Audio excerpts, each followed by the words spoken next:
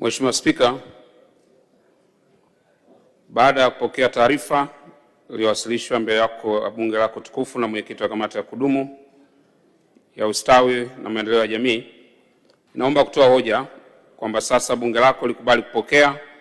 na kujadili taarifa ya mapitio ya utekelezaji wa shughuli za ofisi ya Rais maendeleo ya vijana kwa mwaka 2025-26. Aidha, naliomba bunge lako tukufu likubali kupitisha mpango na makadirio ya matumizi ya ofisi ya Rais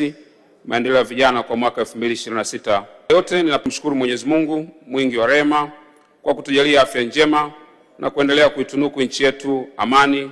upendo na utulivu, na kutuwezesha kukutana kwa mara nyingine katika mkutano wa 13 wa bunge la bajeti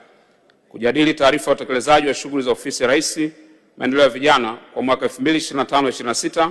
pamoja na mpango wa makadirio ya matumizi kwa mwaka 2026.